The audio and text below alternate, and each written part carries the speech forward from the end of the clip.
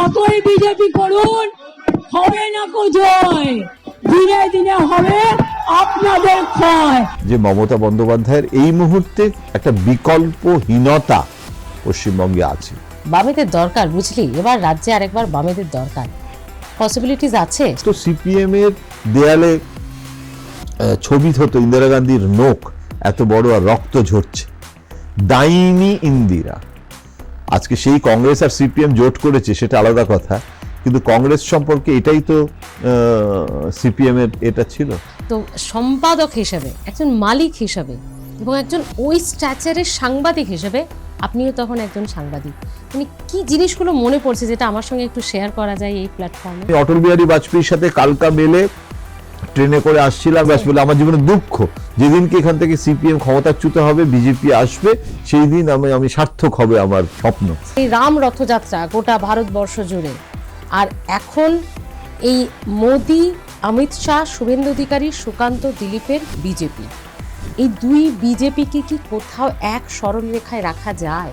একটা জিনিস ওরা বুঝতে পারে না যে অসম আর বেঙ্গল আমরা বুঝি দুটো আলাদা রাজ্য, আলাদা রাজ্য মানে কালচারিও কিন্তু আলাদা। যে মমতা বন্দ্যোপাধ্যায় নাকি জয় শ্রীরাম শুনলে খুব রেগে যান। না না না, সে তো জয় শ্রীরাম শুনলে রেগে যান না, উনি 2019 সালে রেগে গেছিলেন। সুতরাং আমরা বাঙালি অ্যান্টি রাম কে বলেছি? জয় শ্রীরামটাকে রাজনৈতিক স্লোগানে পরিণত করতে তো কথামৃতে কোথাও লেখা নেই। এখন এইখানে প্রবলেমটা হচ্ছে যে আমি কিন্তু বাঙালি রাম ভক্ত নয় তা নয়, কেননা তুমি ধর্মের নামটাকে পলিটিক্যাল স্লোগান হিসেবে ব্যবহার করছো। দিদি মোদি সেটিং আছে, আদৌ এই সেটিংটা কি, মানে এটা কি আছে? আমার মনে হয় এরকম কোনো সেটিং নেই। নেক্সট সিএম অভিষেক বন্দ্যোপাধ্যায়, অভিষেক কি সেই জায়গাটা তৈরি করতে পেরেছেন? নিশ্চয়ই নিশ্চয়ই, অভিষেক বন্দ্যোপাধ্যায়ের মতো একজন যোগ্য সেনাপতি। অনেকে বলেন যে শুভেন্দু অধিকারী মমতা বন্দ্যোপাধ্যায়ের পরেই ছিলেন, আর এটাই নাকি ক্ল্যাশ অভিষেক বন্দ্যোপাধ্যায় বনাম শুভেন্দু অধিকারী। ব্যাপারটা না এত একটু অতি সরলীকৃত হয়ে যাবে। রাজনীতি জয়েন করতে চান আপনি, তো নাকি মমতা বন্দ্যোপাধ্যায়ের খুব ঘনিষ্ঠ। আমি যদি মমতা বন্দ্যোপাধ্যায়ের ঘনিষ্ঠ, তারপরে দেখছি যে হয়তো অন্যান্য পার্টির নেতারা তারা হয়তো আমাকে বলবে হ্যাঁ যে অ্যান্টি। হ্যাঁ, বন্দ্যোপাধ্যায়ের গান, কবিতা, ছবি আপনার কিরকম লাগে? আমার তো ভালোই লাগে। সাংবাদিক হিসেবে জ্যোতি বসু, বুদ্ধদেব ভট্টাচার্য, মমতা বন্দ্যোপাধ্যায়, কে বেস্ট সিএম? আমাকে যদি তুমি বলো বেস্ট সিএম কে, আমি মমতা বন্দ্যোপাধ্যায় বলবো। এরকম রাহুল গান্ধীকে আমি সব থেকে নিকৃষ্ট রাজনৈতিক নেতা বলে এই মুহূর্তে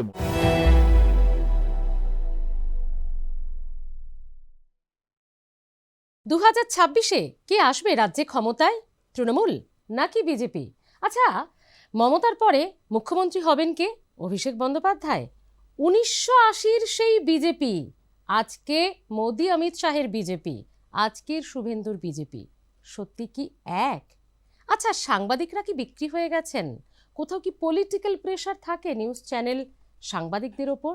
সাংবাদিকদেরই নাকি পকেট ভারী হয়ে গেলে তারা সাংবাদিকতা করতে পারেন না? কি এই প্রশ্নগুলোই তো আপনারা করেন। হ্যাঁ, আজ আপনাদের প্রশ্নেরই উত্তর খুঁজব। আমি স্মৃতি, আজকের শুনবো তোমায় আপনাদের সঙ্গে রয়েছি, আর যার কাছ থেকে এই উত্তরগুলো একটু গভীরে গিয়ে বোঝার চেষ্টা করব। রাজীব গান্ধী থেকে শুরু করে অটল বিহারী বাজপেয়ী, লাল কৃষ্ণ আডবাণী, এবং তারপর যদি আমরা দেখি জ্যোতি বসু, আমরা যদি দেখি বুদ্ধদেব ভট্টাচার্য, এবং এখন মমতা বন্দ্যোপাধ্যায়, একটা গোটা বৃত্ত তিনি তার কর্মজীবনে সম্পূর্ণ করেছেন এই মানুষগুলোর কাছাকাছি গিয়ে।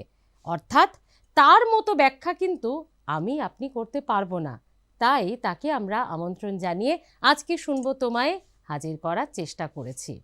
আমাদের সঙ্গে শ্রদ্ধেয় খুব পরিচিত মুখ, সাংবাদিক জগতে তো বটেই, এবং অবশ্যই রাজনৈতিক প্রেক্ষাপট থেকেও, কারণ রাজনৈতিক বিশ্লেষকও তিনি, জয়ন্ত ঘোষাল। জয়ন্ত দা, শ্রদ্ধেয় জয়ন্ত দা আমাদের সঙ্গে রয়েছেন। দাদা কেমন আছেন আগে বলুন? বেশ ভালোই আছি। ঠান্ডা পড়েছে, ঠান্ডায় ঠান্ডা পড়েছে, রাজনীতি গরম। রাজনীতি গরম, ঠিক এই উত্তরটাই এক্সপেক্ট করেছিলাম, রাজনীতি গরম।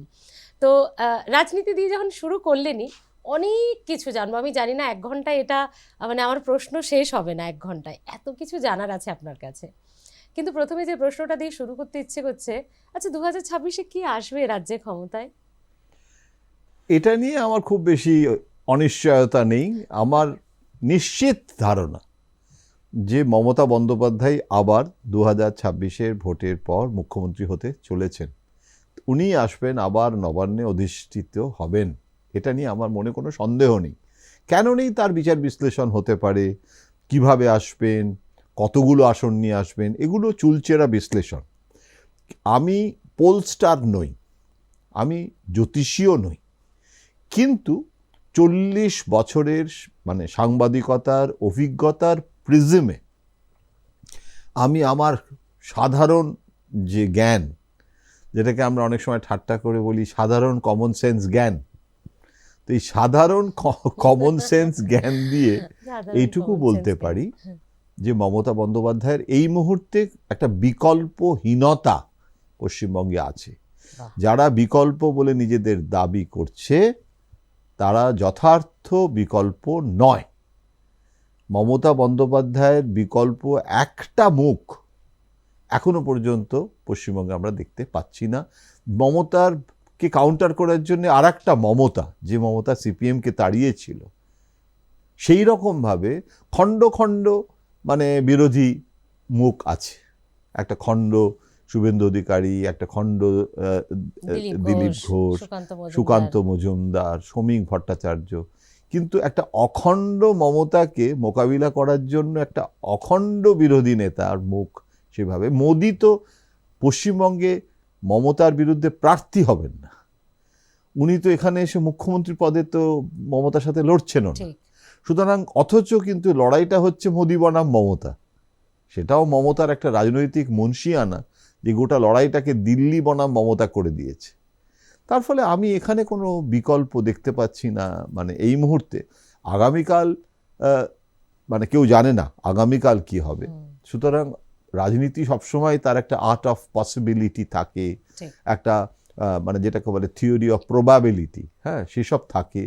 কিন্তু এতৎ সত্ত্বেও মানে এখনো পর্যন্ত মমতা আসবে বলেই আমি মনে করি। তাহলে এখান থেকে আমার একটা খুব প্রশ্ন মাথায় এলো, করতে পারি সেটা, তার মানে কি বিকল্প নেই বলেই তৃণমূল আছে? দেখো, আমি এই কথাটা বারবার বলার চেষ্টা করছি যে আমাদের একটা ভুল হয় বিশ্লেষণে। আমরা না কোনো একটা কারণকে জয় পরাজয়ের কারণ হিসেবে দেখার চেষ্টা করি, যে এই কারণে সিপিএম হেরে গেল, এই কারণে মমতা জিতলো, এই কারণে মমতা হেরে গেল, এই কারণে বিজেপি জিতলো। আসলে না, জেতা হারাটা অনেক মানে এটা আমি বলি যেরকম খাওয়ার সময় বুফে সিস্টেমে যখন আমরা খেতে যাই, তখন বুফেতে যখন খাই তখন কি হয়, সেখানে বিরিয়ানিও আছে, সেখানে হয়তো তোমার সাদা চালের মানে ভাত আছে, সেখানে হয়তো মাংসও আছে, আবার সেখানে মোচার ঘন্টও আছে। এখন তুমি অনেকগুলো খাবার পদ নিয়ে একটা ভোজন তালিকা, একটা মেনু তৈরি হয়। সেরকম নির্বাচনের যে জয় পরাজয়, সেটার জন্য অনেকগুলো কারণ থাকে। অর্থাৎ মমতাকে যে হারাতে না পারা, এই 2021-এ বিজেপি তো দাবি করছিল কত আসন পাবে, হলো না কেন, তো ওয়াই বলেছিল, তো Y BJP lost the plot. তার কারণ হচ্ছে যে বিজেপির বাঙালি হতে না পারা, বাঙালি পার্টি হতে না পারা, বাঙালি ডিএনএটাকে এটা না বুঝতে পারা। জয় শ্রীরাম যে স্লোগান, যে সেই জয় শ্রীরামের স্লোগানটা যেভাবে উত্তরপ্রদেশে কাজ করে, ঠিক সেই মডেলে এখানে সেই ছাঁচে ঢেলে পশ্চিমবঙ্গে হয় না। সেরকম বহুবিধ কারণ আছে। মমতার যে রাজনৈতিক, যেটাকে আমরা পপুলিজম বলি, সাধারণ মানুষের জন্য যে সমস্ত স্কিম, যে ধরনের সাহায্য, মানে সেটা কন্যাশ্রী থেকে শুরু করে নানান রকম, লক্ষ্মী ভান্ডার, তো এইগুলো সব মাল্টিপল ফ্যাক্টরস যেটা মমতাকে আবার নিয়ে আসতে সাহায্য করছে। কোনো একটা, তার মধ্যে একটা মস্তব কারণ হচ্ছে বিকল্পহীনতা। শুধু বিকল্পহীনতা নয়, বিকল্প মানে অনেকগুলো কারণকে ওভারকাম করতে পারত যদি বিকল্পটা থাকতো। যেরকম মমতার বিরুদ্ধে অ্যান্টি ইনকামবেন্সি হওয়াটা অস্বাভাবিক নয়। 15 বছর পরেও যদি অ্যান্টি ইনকামবেন্সি না হয়, এটা তো ল অফ নেচার। কিন্তু মমতা ব্যক্তিত্বটা অনেক অ্যান্টি ইনকামবেন্সিকেও ওভারকাম করতে সাহায্য করে। যা মমতা আছে, যেরকম জাতীয় স্তরে মোদি সম্পর্কে বলে না যে মোদি হ্যায় তো মুমকিন হ্যায়, পশ্চিমবঙ্গে কিন্তু মমতা হয়তো মুমকিন হ্যায়। আচ্ছা, বামেরা কি তাহলে এই যে বিকল্পের কথা যখন উঠলই, এই প্রশ্নটা খুব করতে ইচ্ছে করছে, বামেরা কি আবার জেগে উঠতে পারে? এখনো অনেক চায়ের আড্ডায় পাড়ার মোড়ে ঠেকে শোনা যায় বামেদের দরকার, বুঝলি, এবার রাজ্যে আরেকবার বামেদের দরকার। পসিবিলিটিস আছে? সাদা চুল ছাড়া তো কালো চুল দেখাই যায় না। আমি নিজেকে রাজনীতির ছাত্র বলে মনে করি। এন্ড অফ দ্য ডে আমার পরিচয় হলো আমি স্টুডেন্ট অফ পলিটিক্স। আমি কখনোই বলবো না যে জীবনে কখনো কোনোদিন সিপিএম ক্ষমতায় আসতে পারবে না বলে একদম মানে দরওয়াজা বন্ধ করে দিলাম, রোড ক্লোজড, সেটা হয় না। আমি বারবার বলছি না, রাজনীতি একটা আর্ট অফ পসিবিলিটি। কিন্তু এই মুহূর্তে আজকে দাঁড়িয়ে যেখানে বিগত নির্বাচনে সিপিএম একটাও তার এমএলএ বিধানসভার নিয়ে আসতে পারেন, সেখানে কংগ্রেস এবং সিপিএম এর মধ্যে কংগ্রেসের যে ভোট ব্যাংকটা ছিল সেইটা মমতা সবটা নিয়ে নিয়েছে। অর্থাৎ মমতাই তৃণমূল কংগ্রেসটা তৃণমূল কংগ্রেস হয়ে গেছে। তাহলে কংগ্রেসের যে ভোট ব্যাংকটা সেটার অবশিষ্ট নেই। আজকে কংগ্রেসের যে এই যে অবস্থাটা যে খারাপ হয়েছে তার মেন, এবং শুধু পশ্চিমবঙ্গ বলে নয়, সবগুলো রাজ্যে উল্টে সিপিএম এর একটা নিজস্ব ভোট ব্যাংক ছিল এবং এখনো ধিকি করে অনেকটা আছে। এইটাকেও রিভাইভ করার জন্য একটা নেতৃত্ব দরকার ছিল। সাবেক যে পুরনো যে নেতারা, তারা তাদের যতক্ষণ না সত্যিকারের ত্যাগ, সত্যিকারের জমিটা নবীন প্রজন্মের হাতে ছেড়ে দিতে পারবে। শুধু নবীন প্রজন্মের ছেলে মেয়েদের দিয়ে গান গাওয়ালে তো হবে না, আর পিকনিক করলেও হবে না। তোমাকে নবীন নেতৃত্বকে একদম সরাসরি তাদেরকে কাণ্ডারি করে দিতে হবে, দিয়ে বলতে হবে যে এবারে আমরা পেছনে, তোমরা সামনে। সাঁতার কাটলে সাঁতারে ডুবে যাওয়ার সম্ভাবনা থাকে, কিন্তু কোনি হতে পারে। আজকে যদি তার মাস্টারমশাই যদি সে নিজেই যদি সাঁতরে যায়, তাহলে আর কোনি কবে সাঁতরাবে? তো সুতরাং আমার মনে হয় যে সিপিএম এর সম্ভব। আর সিপিএম এর যে মতাদর্শগত এই যে একটা দীর্ঘদিনের শাসনের ফলে মানুষের যে বিরক্তিটা, সেটা শুধু ওই জেনারেশনের লোকেরা। এখনো গণশক্তি কাগজ আমি রোজ পড়ি গণশক্তি কাগজ, এবং গণশক্তি কাগজের হার্ড কপি বাড়িতে আসে। অন্যান্য অনেক কাগজে আসে, আমি যুগসংঘ এবং গণশক্তি দুটোই পড়ি, তার কারণটা বিজেপি আর সিপিএম দুটো বোঝার জন্যে। কিন্তু গণশক্তি কাগজে আমি দেখি পার্টি কর্মীর জীবনাবসান, পুরো পৃষ্ঠা 2টা ডেডিকেটেড টু দ্যাট, এবং কারোর বয়স 80, কারোর বয়স 85, কারোর বয়স। সে তুলনায় নবীন কোনো প্রজন্ম যে জয়েন করছে পার্টিতে, তার যে খবর থাকে না বলছি না, কিন্তু তার অনুপাতটা খুবই বেদনাদায়ক। অর্থাৎ যতটা না বিদায় নিচ্ছেন প্রবীণ কমরেডরা, যেহেতু প্রকৃতির নিয়মে দেওয়াবসান, কিন্তু সে তুলনায় নতুন ইনফ্লাক্স অফ ইয়াং লিডারশিপ আসছে না। যারা এসেছে তাদেরকে আমি তাদের প্রতি শ্রদ্ধাশীল, তারা কিন্তু কেউ কিছু কম যায় না। তাদের চিন্তা ভাবনা অনেক বদলে গেছে, আধুনিক জীবনযাত্রায় লাইফস্টাইল বদলে গেছে। এখানে অনেকভাবে সিপিএমকে আমূল বদলাতে হবে। সেটা কতটা পারবে, মানে সোজা কথায় ধরো, আমরা জানতাম কমিউনিস্ট পার্টি মানে নাস্তিক। তুমি আস্তিক অথচ তুমি কমিউনিস্ট, এটা কিন্তু থিওরিটিক্যালি ইটস নট পসিবল। তুমি যদি সত্যি মার্ক্সবাদী হও, তাহলে তুমি ঈশ্বর বিশ্বাসী হতে পারো না। এখন পুরো হিন্দুত্বের রাজনীতিতে তুমি যদি বলো আমি একটা নাস্তিক পার্টি, কার্ল মার্ক্সের ডায়ালেকটিক্যাল মেটেরিয়ালিজমে বিশ্বাস করি কারণ আমি সিপিএম, তাহলে তো প্রথমেই তো তুমি তোমার হিন্দু মানে যে বাদী যে ভোট ব্যাংক, সেখানে একটা বিরাট তুমি আঘাত পাবে। তার এদিকে সিপিএমের নেতারা হিন্দুত্বের ভোট ব্যাংককে কাউন্টার করার জন্য যেটা মমতা বন্দ্যোপাধ্যায় করতে পারেন, তারা গিয়ে তো দীঘাতে জগন্নাথ মন্দিরে গিয়ে জয় নিতাই করতে পারছে না। তারা তো তাদের পক্ষে সেখানে আবার অসুবিধে। সুতরাং এই যে পারেও নাহি এবং এতে নেই, ঘরেও নহে পারেও নহে, এই যে জন আছে মাঝখানে, কমিউনিস্টদের এখানে বলতে হবে, লজ্জা ছেড়ে দিয়ে বলতে হবে যে আমরা ভুল করেছি। আমাদেরকে কিছু কিছু তাত্ত্বিক রাষ্ট্রবিজ্ঞানী তারা এটা নিয়ে লেখালেখি আলোচনাও শুরু করেছেন যে রিভিজিট টু রিলিজিয়ান সিপিএমকে করতে হবে, যে ধর্ম নিয়ে নতুন করে আলোচনা করতে হবে। যদি এবং এখন অনেকে বলছে যে গেল রব তুলছে যে এটা যদি আমূল বদলে দিই আইডিওলজিটা আমূল বদলে দিলে তাহলে তার কমিউনিস্ট পার্টি থাকবে না। তাহলে আমাদের সঙ্গে অন্য যে সেন্ট্রিস্ট পার্টি, তাহলে আর তার তফাৎ কি থাকবে? আমাদের আইডেন্টিটিটাই তো দাঁড়িয়ে আছে এটার উপরে। সুতরাং এগুলো না, এই বিতর্কের অবসান হতে আমার মনে হয় এখনো অন্তত, জানি না, আমি যদি বলি 10 বছর তাহলে সেটাও একটা ওরকমভাবে প্রেডিক্ট করা উচিত না, কিন্তু সময় লাগবে এটা বলতে পারি। আচ্ছা, কোনির কথা যখন উঠলোই, মীনাক্ষী মুখোপাধ্যায় কি কোনি হয়ে উঠতে পারতেন? তাকে কি হতে দেওয়া হলো না? পারতেন কেন বলবে, আমি এখনো বলতে পারি পারেন। এবং মীনাক্ষীর তো বটেই, মীনাক্ষী, আমি ব্যক্তিগতভাবে কিন্তু মীনাক্ষীকে চিনি না। আচ্ছা, প্রবীণ নেতাদের চিনি, বিমান বোসকে চিনি। কিছুদিন আগেই আমি আলিমুদ্দিন স্ট্রিটে গিয়ে বিমানদার সাথে দেখা করে এসেছিলাম। বিমানদাকে তো অদ্ভুতভাবে আমি মাঝে মাঝে মনে হয়, আমি বিমানদাকে বলছিলাম যে একজন আদর্শ বিপ্লবী এবং একজন আদর্শ সন্ন্যাসী, তাদের মধ্যে কিন্তু প্রচুর মিল আছে। বিমানদা দুজনকেই খুব ত্যাগ স্বীকার করতে হয়। উনিও তাই করেছেন। নিশ্চয়ই নিশ্চয়ই। বিমানদাকে এটা দেখো, তুমি বিমানদাকে তোমার রাজনৈতিকভাবে তোমার ডিসএগ্রি করতে পারো, তুমি তার প্রতি তোমার অনেক আপত্তি থাকতে পারে, কিন্তু লোকটা যে আচ্ছা বিয়ে থা করেনি বলেই তিনি ত্যাগী হয়ে গেছেন, আমি এতটা সুইপিং জেনারেলাইজেশনও করব না। বিয়ে করেও লোক ত্যাগী হতে পারে, কিন্তু উনি যে একা ওপরের ঘরে ছাতে এখনো থাকেন আর এইসব নানান সবজি টবজি ফলান, সেটা এখনো করে যাচ্ছেন। আমরা যখন রিপোর্টার ছিলাম তখন আমাদের দিতেন, এবং এই বেগুন হয়েছে, এই এটা হয়েছে, হ্যাঁ বলতে নিরুপম সেনকে দিত।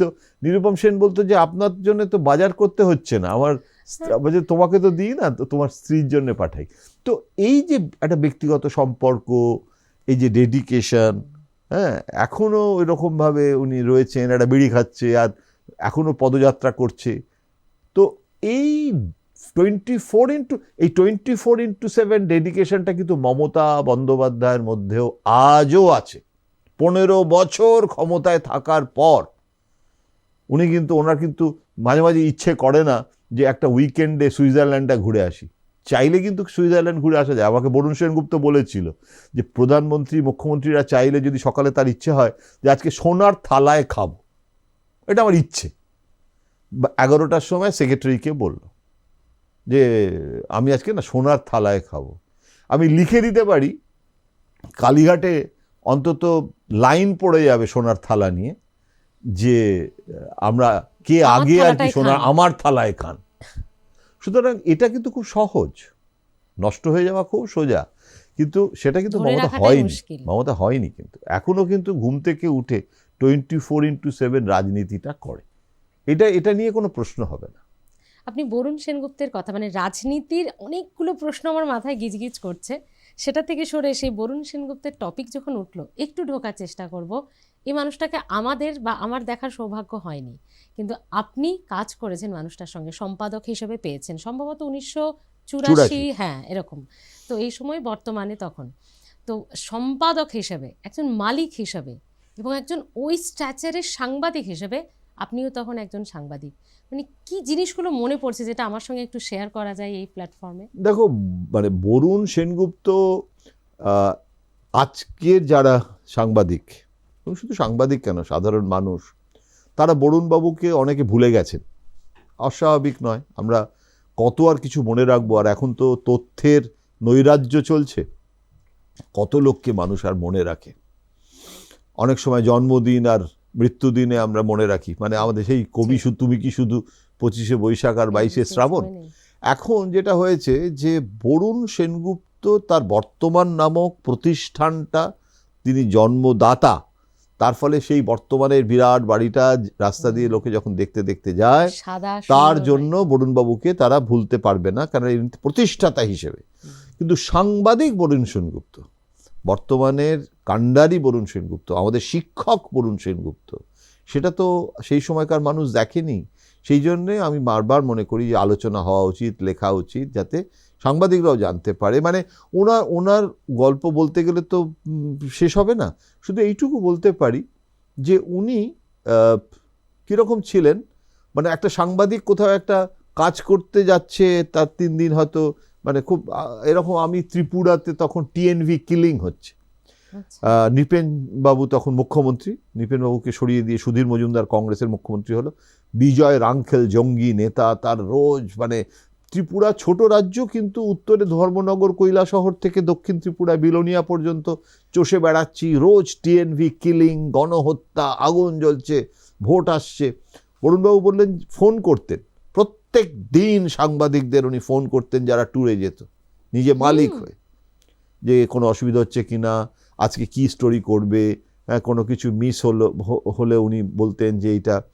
এমনকি উনি আমাকে বলতেন যে পকেটে সবসময় বেশ কয়েকটা বিস্কিটের প্যাকেট কিনে রাখবে, যাতে ধরো তুমি দুপুরবেলা খাওয়া হলো না, যা এখন চলছে, তুমি কিন্তু বিস্কুট দিয়ে জল দিয়ে খেয়ে নিলেও পেটটাতে খালি পেটে থাকবে না। এই জানো তো আমার যেরকম এই না খেয়ে খেয়ে কাজ করতে গিয়ে গ্যাস্ট্রিকের প্রবলেমও হয়ে যায় অনেকের, বয়স হয়ে গেলে গ্যাস্ট্রিক হয়, তোমাদের যেন সেটা না হয়। তো এই যে স্নেহ, মায়া, মমতা, তুমি ভাবা যায় আজকের দিনে তো আমরা প্রায় এআই যুগে চলে গিয়ে পয়সা দিয়েও পাওয়া যায় না, পয়সা দিয়ে এই রকম মানে বরুণবাবুর গল্প বলতে গেলে শেষ হবে না। মানে এবং উনি প্রত্যেকটা রাজনৈতিক নেতাদের সঙ্গে যখন কথা বলতেন, কিভাবে how to start a dialogue, কিভাবে শুরু করতে হয়, কিভাবে তার কাছে খবর বের করতে হয়, অনেক বেশি তখন তো সোর্স ড্রিভেন জার্নালিজম ছিল। এখন যেমন একটা কেউ এক্স হ্যান্ডেলে বলে দিল, এক্স হ্যান্ডেলে এবং একটা গুগল সার্চে আমরা এখন সব পেয়ে যাচ্ছি, মানে পড়াশোনার দরকার সেটা না, সেটা আমি জানো তো সেটাকেও কিন্তু ছোট করে দেখি না। মানে এখনের যারা গুগল সার্চ করছে সেটার মধ্যেও কিন্তু কোনো অন্যায় নেই। তোমাকে একটা it should be very good cocktail of research and source driven journalism. বোঝাতে পারলাম? মানে একটা গবেষণা লব্ধ জ্ঞান, আর একটা হচ্ছে মানুষের মুখের কথার ভিত্তিতে জ্ঞান, মানে যেটা আর কি তুমি ইনফরমেশন বা জ্ঞান যাই বলো, ইনফরমেশন। তো এখন এই তথ্য সংগ্রহ এবং তারপরে তাকে একটা পার্সপেক্টিভে যাওয়া, তার জন্য নিরন্তর পড়াশোনা বা গবেষণা, এই রিসার্চটারও কিন্তু। আর গুগল, আমরা সেই সময় গুগল পাইনি বলেও কিন্তু দুঃখ হয়। এখন দেখো যে কোনো জিনিস তুমি গুগল ইঞ্জিনে সার্চ করে ক্রস চেক করতে পারো, তুমি দেখতে পারো যে এটা কি, এটা কেন। কিন্তু সবটাই তুমি গুগল নির্ভর, সেটা হলে তুমি মানুষের সাথে কথাই বলো না, মেশো না। ক্যাবিনেট মিটিংয়ে আজকে কি হয়েছে সেটা জানতে গেলে তো গুগল তোমায় বলতে পারবে না। তার জন্য তোমার অন্তত একটা ক্যাবিনেট সদস্য দরকার যে তোমাকে চুপি চুপি বলে দেবে যে জানো তো এটা হয়েছে, এটা আমার নাম কোট করো না। ঠিকই তো, এই জন্য তো মানে এই যে মানে আমি এটা অন্যায় বলছি না, কিন্তু এটা তো ঠিক। লালকৃষ্ণ আডবাণীকে আপনি খুব কাছ থেকে দেখেছেন, মনমোহন সিংকে দেখেছেন, রাজীব গান্ধীকে দেখেছেন, নরেন্দ্র মোদী, অমিত শাহ থেকে শুরু করে আমরা যদি আরও দেখি রাজ্যের জ্যোতি বসু, বুদ্ধদেব ভট্টাচার্য, মমতা বন্দ্যোপাধ্যায়, এই যে একবারে সামনে থেকে দেখে ঘটনাগুলোকে ব্যাখ্যা করা, সেই মানুষগুলোর কাজ দেখা, এটা আপনি যেভাবে ব্যাখ্যা করবেন গুগল সার্চে তো সেই ব্যাখ্যাটা আসবে না, এটা তো মানতেই হবে নিশ্চয়ই। আর এই জায়গা থেকে যখন বরুণ সেনগুপ্ত এরকম একটা শ্রদ্ধেয় মানুষের কথা উঠলো, সম্ভবত অভিক সরকার, বরুণ সেনগুপ্ত এবং অরূপ সরকার, এই তিনজনকে নিয়েই তিন হুজুরের গপ্প।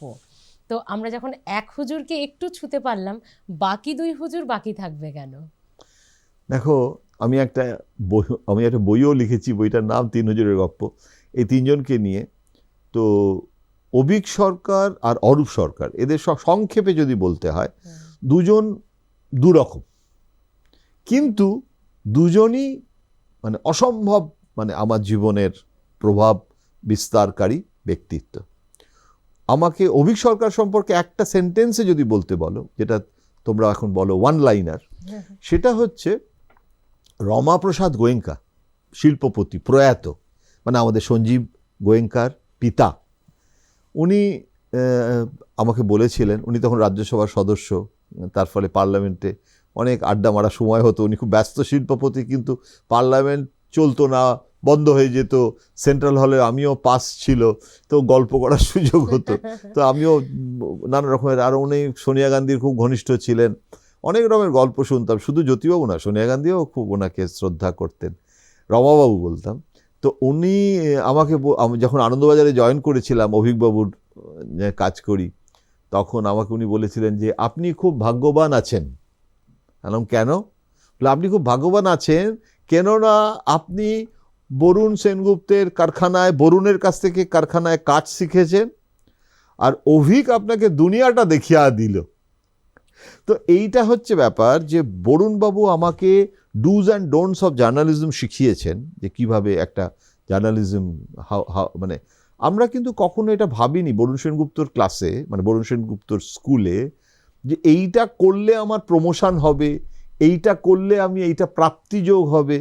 সেই সময় আমার কাছে ওই ক্যাবিনেটের খবরটা ব্রেক করা, আমি আর কিছু জানি না।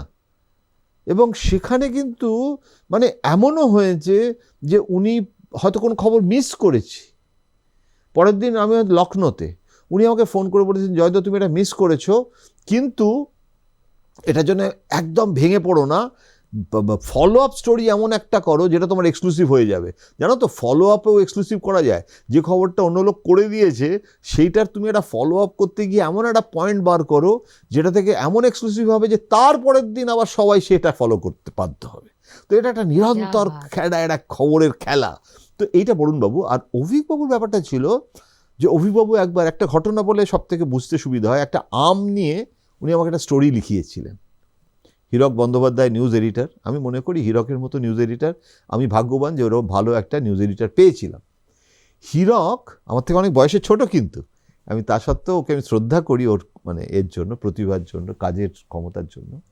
তো আমার আমের একটা উৎসব হলো সালমান খুরশিদের বাড়িতে, কংগ্রেসের নেতা এখনো আছেন সালমান খুরশিদ, ওর বাড়িতে ওই নানান রকমের উত্তরপ্রদেশের নানান রকমের আম হয়। তো একটা চোষা আম, এই আম সেই আম, ওয়েস্টার্ন ইউপির এক রকমের আম, লখনৌর আর এক রকমের আম। তো উনি সব আম এরকম বড় বড় গামলাতে জলের মধ্যে সেই আমগুলো সব ভাসছে। আর আমের পার্টি হলো, বা ম্যাঙ্গো পার্টি, সালমানের বাড়িতে সব রিপোর্টারদের ডাকা হলো, এবং ওইখান থেকে নিয়ে আম তুলে নিতে হবে, যে যা নিজের মতো করে খাবে করবে, মজার একটা ব্যাপার। তো আমি যেরকম হয় অভিভাবক ফোন করতেন, বললাম যেরকমভাবে এলাম, দেখুন আমের এরকম পার্টি হয়েছিল, এরকম। বললো বাবা, তাহলে ওখানে তো যোগী তখন নয়, উত্তরপ্রদেশের কোনো একজন নেতা, তার বাড়িতেও বিজেপির, তার বাড়িতেও একটা আমের পার্টি হয়েছে, বোধহয় কালরাজ মিশ্রের বাড়িতে। তো কালরাজ মিশ্রের বাড়িতে আমের পার্টি হয়েছে, হ্যাঁ কদিন আগে তো লখনৌতেও হলো। বলে দেখো মজার ব্যাপার, এই এখন এই আমের পার্টি এত হচ্ছে। আর তোমার আগে তো দিল্লিতে খুব বেশি হতো ইফতার পার্টি, এবং এই পরবের সময়, এবং সেটা শুধুমাত্র মুসলিমরা নয়, মানে রীতিমতো, এবং রাষ্ট্রপতি ভবনে ইফতার পার্টি হতো। হ্যাঁ, তারপরে বিজেপি এসে অবশ্য ইফতার পার্টিতে অনেক রকমের হলো। কিন্তু সালমান নিজে মুসলমান, তো ইফতার পার্টি না দিয়ে ম্যাঙ্গো পার্টি দিচ্ছে, তো আরও কোথায় তারপর আমি বললাম যে তাহলে তো কদিন বাদে তো বলছে যে আরও অনেক নেতা তারাও সব ম্যাঙ্গো পার্টি দেবে। তো বলে একটা কাজ করো, জানো এই ইফতার পার্টি টু ম্যাঙ্গো পার্টি, এটার যে একটা রাজনৈতিক নেতাদের একটা রূপান্তর হচ্ছে, হ্যাঁ, এই ম্যাঙ্গো পার্টিটা নিয়ে তুমি একটা স্টোরি করো, কিন্তু তোমাকে ভালো করে এখন পড়াশোনা করতে হবে, এটা একদিনের ব্যাপার না। কী করতে, প্রথমে উনি বলেন পেঙ্গুইনের একটা বই আছে ম্যাঙ্গোর হিস্ট্রি নিয়ে, সেটা পড়ে ফেলো। তো আমি সেটা আবার আমি গিয়ে তাড়াতাড়ি খান মার্কেটের বাহারি সানসের বইয়ের দোকান, সেখান থেকে গিয়ে হিস্ট্রি অফ ম্যাঙ্গো কিনলাম, হ্যাঁ, করে সে সমস্ত পড়লাম। তারপরে পড়তে গিয়ে দেখি ছবি আছে যে মুঘল সম্রাটরা আমের মধ্যে কাবাব দিয়ে খেত, তার ছবি আছে, হ্যাঁ, কাবাব দিয়ে ননভেজ ম্যাঙ্গো। তখন উনি বললেন যে দেখো, তার মানে মুঘল পিরিয়ডে কীরকমভাবে আমের উৎসব হতো, দেখো স্টাডি করো। আচ্ছা জানো তো, এই আমের উৎসবের সাথে কিন্তু ভূগোলের সম্পর্ক আছে, যেখানে বৃষ্টি এরকম হয়, যেখানে বলে জিওগ্রাফি নিয়ে স্টাডি করো, তারপরে অমুক অমুকের যারা কৃষি বিজ্ঞানী তাদের কোর্ট নাও, হ্যাঁ, এইসব করতে গিয়ে তো আমি তো তখন মানে নাকের জলে চোখের জলে অবস্থা। তো সেইটা করে তারপর বোধহয় দিন 15-20 পরে মানে আমার পড়াশোনা শেষ হলো, লিখলাম। সেই লেখা যেটা লিখলাম সেটা অভিকবাবু আমাকে কমসে কম 10 বার এডিট করিয়েছিল, না এটা ঠিক হচ্ছে না, এই জায়গাটা এরকম করো, ওটা আবার করে আবার পাঠাও, আবার লেখো। এইভাবে আমি বোধহয় 7 বার না 10 বার লিখলাম লেখাটা। লেখার পর সেটা একটা দাঁড়ালো, এবং ওটার এখনো মনে আছে একটা ছবি করা হলো ওই লেখার সাথে, যে একটা সেই মুঘল সম্রাট গোলাপের, বোধহয় শাহজাহান, সেই গোলাপ, এই গোলাপের জায়গায় একটা আম, মানে আমের গন্ধ নিচ্ছে একটা মুঘল সম্রাট, ওই ছবিটাকে এরকম করে একটা পেজ 1 অ্যাঙ্কার হয়েছিল বাইলাইন দিয়ে, আমার বাইলাইন বেরোলো, আমার বাইলাইন বেরোলো, আমি নিজেই চিনতে পারছি না এটা কি আমার লেখা। মানে অভিকবাবু এটাকে এত কসরত করতে এত রকমভাবে করেছেন। তো এটা আর এক রকমের মানে এডিটারশিপ, এটা আবার বরুণবাবুর মধ্যে ছিল না। তার ফলে একদিক থেকে আমরা একটা ধরতক্তা মারপেরেক জার্নালিজম, যেটা আজকে না করলে, এক্ষুনি না করলে তো মিস হয়ে যাবে, এক্ষুনি করতে হবে, এক্ষুনি করতে হবে। কে গভর্নর হচ্ছে এটা যদি আমি কাল না ছাপি তো কালকে তো ঘোষণা হয়ে যাবে, নোটিফিকেশন হয়ে গেলে কি আমার তো আর এক্সক্লুসিভ খবর থাকবে না। ঠিক ঠিক। তো দুটো কিন্তু দুরকম জার্নালিজম। আর অরূপ বাবুর কথাটা বলতেই হবে, তা না হলে তো। অরূপ বাবু হচ্ছেন, আমি বলতাম অরূপ শব্দটার অর্থ কি? অরূপ হচ্ছে ব্রহ্ম, নির্গুণ ব্রহ্ম, অর্থাৎ যাকে দেখা যায় না, অর্থাৎ যারা সাকার মূর্তি দেখা যায়, নিরাকার তো দেখা যায় না। তো উনি এইটার এমন একজন, তুমি গুগলে সার্চ করলেও না ছবি পাবে না, এখনো পাইনি আমি জানি না কিভাবে উনি সেটাকে আটকে রেখেছেন এত। এবং এটা যদি জেনুইন না হয়, আজকের এই ফিতে কাটার যুগে এত মুখ দেখানোর বাসনা, কোনো মালিক এমন দেখি না যে লুকিয়ে থাকে। মানে এই ছোট্ট একটা ঘরে বসতেন, এখনো সেই ঘরটাতেই বসেন। সব সময় উনি একটা ছোট গাড়ি, একটা বোধহয় অল্টোতে নিজে চাপতেন, তো ওনার যা শরীরের বপু তার থেকে গাড়িটা ছোট লাগতো, উনি নিজে চালাতেন। তো এইটা ওনার মধ্যে। আচ্ছা, উনি নিরামিষাশী, মানে খাওয়া দাওয়া, উনি খাওয়াতে ভালোবাসতেন, কিন্তু কখনো নিজে একটা যে একটা মানে অদ্ভুতভাবে খাওয়া দাওয়ার ব্যাপারে রেস্ট্রিকশানে থাকতেন। তো আমি না মানে আর উনি কিন্তু তার মানে এই, আচ্ছা উনি কিন্তু লেখাপড়ায় খুব ভালো ছিলেন, কোনোদিন সেকেন্ড হননি, সুতরাং সেগুলো কখনো উনি বলেনও না, কেউ জানতেও পারে না। তো ওনার মধ্যে এই যে, আচ্ছা উনি খুব সঙ্গীত মানে প্রেমী, মানে গান শুনলে মানে ক্লাসিক্যাল রাগ বলে দেয়। এবং অভিকবাবু সেটা সবসময় বলতেন, মানে কোনো সঙ্গীতজ্ঞের সাথে কথা হচ্ছে বলে, I am the non musical মানে member of the family and he is the musical member. তো ওদের দুজন দুরকম, কিন্তু আমি না আমার পরম ঈশ্বরের কাছে, আমি ঈশ্বর বিশ্বাসী, আমি ঈশ্বরের কাছে আমার মানে অপার কৃতজ্ঞতা। আমি এই দুজন মানুষকেই খুব কাছ থেকে দেখার সুযোগ পেয়েছি এবং দুজনের কাছ থেকে অনেক শিখেছি। এবং উনিও কিন্তু অনেক খবর রাখতেন ওই ছোট্ট ঘরে বসে, কোথা থেকে যে কোথায় খবর আসতো। মানে মানে বরুণের বিয়ে হবে, বরুণ গান্ধী, আমার এক্সক্লুসিভ খবর হয়েছিল, এবং সেই খবরটা আজ বলছি অরূপ সরকার আমাকে প্রথম দেয়। তার কারণ হচ্ছে বরুণের মা মানেকা গান্ধী বেনারসি শাড়ি কিনতে গিয়েছিল বেনারসে, এবং যেখান থেকে বেনারসি শাড়িটা কিনেছিল বা যা যা হয়েছিল সেটা কোনো মানে ব্যবসায়ীর সার্কিটে ওটা জানা থেকে উনি জানতে পেরেছিলেন, এইরকম ফ্যামিলি একটা ফ্যামিলি। এবং আমাকে বললেন যে জানো তো, তুমি চেক করো, আমি আসলে ভুলও হতে পারে, যে মানেকা গেছিল বরুণের বইয়ের জন্য শাড়ি করতে, জানো তো তুমি না এটা চেক করো, এটা আমার কথাতে লিখো না। তারপরে আমি তো, এবং সে ঘটনাচক্রে সেই বউ তো বাঙালি, বরুণের বউ তো বাঙালি, বরুণ গান্ধীর বউ, তার নাম তো হচ্ছে যামিনী, এবং আরো মজার নামটা হচ্ছে যামিনী রায়, যামিনী গান্ধী হলো। কত কি মজার, মানে কর্মজীবনে কত কি মজার কথা রয়ে গেছে না, এখনো সব ফ্ল্যাশব্যাকে চলে আসছে আজকে এখানে এসে। দাদা, যখন জাতীয় রাজনীতির এতগুলো চরিত্রের কথা উঠলো, এই গান্ধী পরিবারের কথা যখন উঠলো, তখন রাজীব গান্ধীর মানে ওই রকম প্রধানমন্ত্রী, সেই তার চেহারা, তার মেজাজ, তার ব্যক্তিত্ব, তার সিদ্ধান্ত খুব কাছ থেকে দেখেছেন। মানে কি মনে পড়ে, এবং ইন্দিরা গান্ধীকে ওইভাবে ক্ষতবিক্ষত হতে চোখের সামনে, মানে তখন মানে সেই রকম মাকে দেখে তারপর তার এই অবস্থা, মানে সেই সময় ওই জাতীয় রাজনীতিটা, তখন একজন আপনি ভালো সাংবাদিক দিল্লিতে, মানে কি চলছে তখন। রাজীব গান্ধী একটা দারুণ কেস স্টাডি, জানো তো। মানে 1984 সালে মানে ইন্দিরা মায়ের মৃত্যুর পর উনি যখন প্রধানমন্ত্রী হলেন এবং তারপরে বিপুল ভোটে জিতে প্রধানমন্ত্রী হলেন, তখন ইন্ডিয়া টুডের কভার স্টোরি হয়েছিল মিস্টার ক্লিন, ওনার ছবি দিয়ে রাজীব গান্ধীর, মিস্টার ক্লিন, অর্থাৎ ভারতে একটা ক্লিন প্রধানমন্ত্রী হলো। তার কারণ ইন্দিরা গান্ধীর জামানায় অনেক বিতর্ক, না ইন্দিরা গান্ধীরও দুটো ইন্দিরা গান্ধী ছিল। যখন প্রথমে ইন্দিরা গান্ধী শুরু করলেন, তারপরে ইন্দিরা গান্ধীর তো একটা ভয়ঙ্কর মানে খারাপ সময় গেল, কংগ্রেস ভাঙলো, ইন্দিরা গান্ধীর বিরোধিতা হলো, নানান রকমের কেচ্ছা কেলেঙ্কারি। সে তো মানে বরুণ সেনগুপ্তরই তো ইন্দিরা একাদশী বিখ্যাত বই আছে এমার্জেন্সির আসার প্রাককালে। তো একটা মানে ইন্দিরা গান্ধীকে তো সিপিএমের, তোমরা দেখোনি দেয়ালে ছবি হতো ইন্দিরা গান্ধীর নোখ এত বড় আর রক্ত ঝরছে, ডাইনি ইন্দিরা। আজকে সেই কংগ্রেস আর সিপিএম জোট করেছে সেটা আলাদা কথা, কিন্তু কংগ্রেস সম্পর্কে এটাই তো সিপিএমের এটা ছিল। তো ইন্দিরা গান্ধীর ওই রকম একটা অন্ধকার সময়ের পর রাজীব গান্ধী, সে একটা নট টেস্টেড ফ্রেশ এবং পাইলট ছিল, এবং জ্যোতিবাবু ব্যঙ্গ করে বলতো যে ও তো রাজনীতিকে, ও তো পাইলট। তো এখন পাইলট হয়ে গেল রাজনেতা।